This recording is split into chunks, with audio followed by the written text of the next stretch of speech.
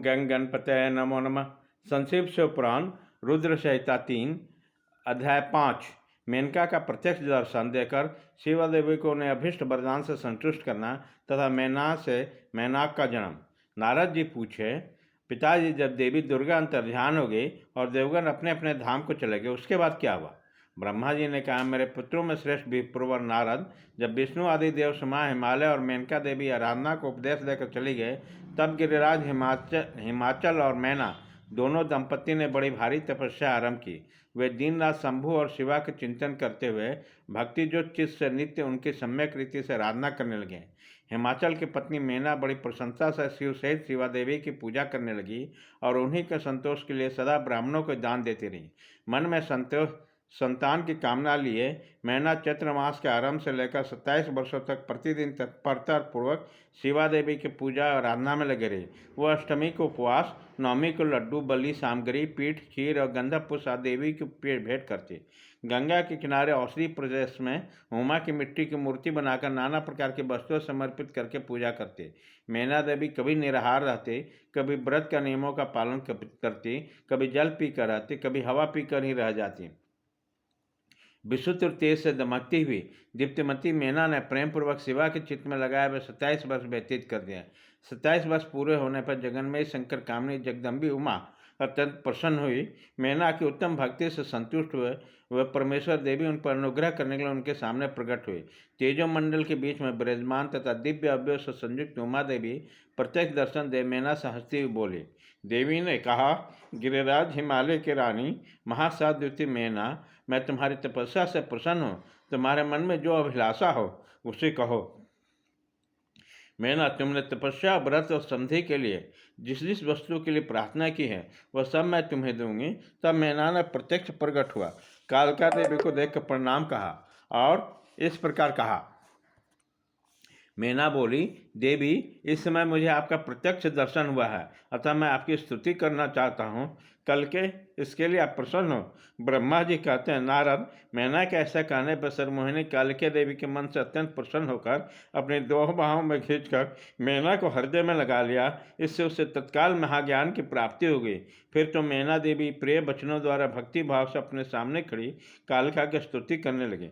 मैना बोली, जो महामाया जगत को धारण करने वाली चंडिका, लोक धारणी तथा संपूर्ण मनोवांछित पदार्थ को देने वाली है, उस महादेवी को मैं प्रणाम करती हूँ। जो नित्य आनंद प्रदान करने वाली माया, योग निंद्रा, जगत जननी तथा सुंदर कमलों की माला से अलंकृत है, वो नित्य सीधा उमा देवी को मैं नमस्कार करती हूँ। जो सबकी माता में ही नित्य आनंदमयी, भक्ति के शोक का नाश करने वाले तथा कल पर्यंत नारियों और प्राणियों को बुद्धि रूपनी है, उन देवी को मैं प्रणाम करती हूँ। आप युतियों के ज्ञान में बंधन के नाश के हेतु विद्या ब्रह्म विद्या है। फिर मुझ जैसे नारी आपके प्रभाव का क्या वर्णन करती है? अथर्ववेद की जो हिंसा, मारण आदि का प्रयोग है वो आप ही हैं। देवी, आप मेरे अभीष्ट फल को सदा प्रदान कीजिए। भावहीन, अकारे तथा दृश्य नित्यानित्य तन्मात्राओं से आप ही पंचभूतों के समुदाय को संयुक्त करती हूँ। आप ही उसकी शाश्वत शक्ति है। आपका स्वरूप नित्य है। आप समय समय पर योगयुक्त समर्थ नारी के रूप में प्रकट होती है।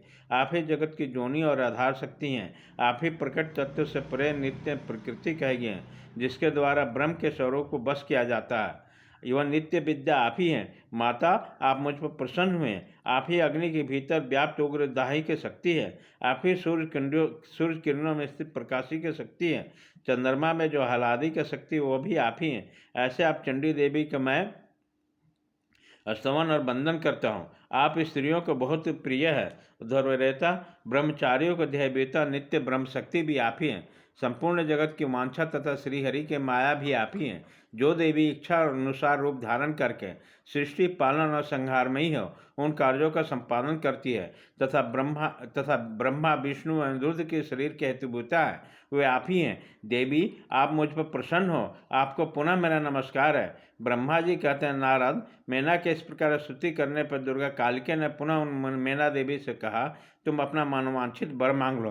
हिमाचल प्रिय, तुम मुझे प्राणों के समान प्यारी हो। तुम्हारी जो इच्छा है वर मांगो, उसे मैं निश्चय ही दे दूंगी। तुम्हारे लिए मुझे कुछ भी अदेय नहीं है।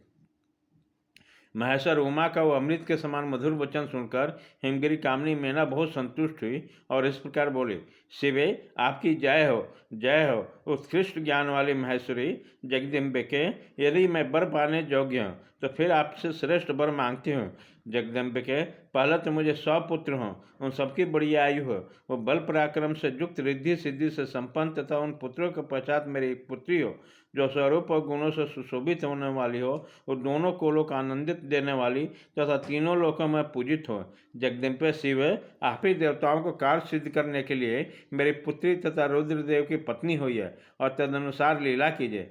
ब्रह्मा जी कहते हैं, नारद, मेनका की बात सुनकर प्रसन्न हृदय देवी उमा ने उनके मनोरथ पूर्ण करने के लिए मुस्कुराकर कहा, पहले तुम्हें 100 बलवान पुत्र प्राप्त होंगे, उसके बाद एक सबसे अधिक बलवान और प्रधान होगा, जो सबसे पहले उत्पन्न होगा। तुम्हारी भक्ति से संतुष्ट होकर मैं स्वयं यहाँ पुत्री के रूप में अवतीर्ण होंगे और समस्त देवताओं से सेवित होकर उसका कार्य सिद्ध करूँगे।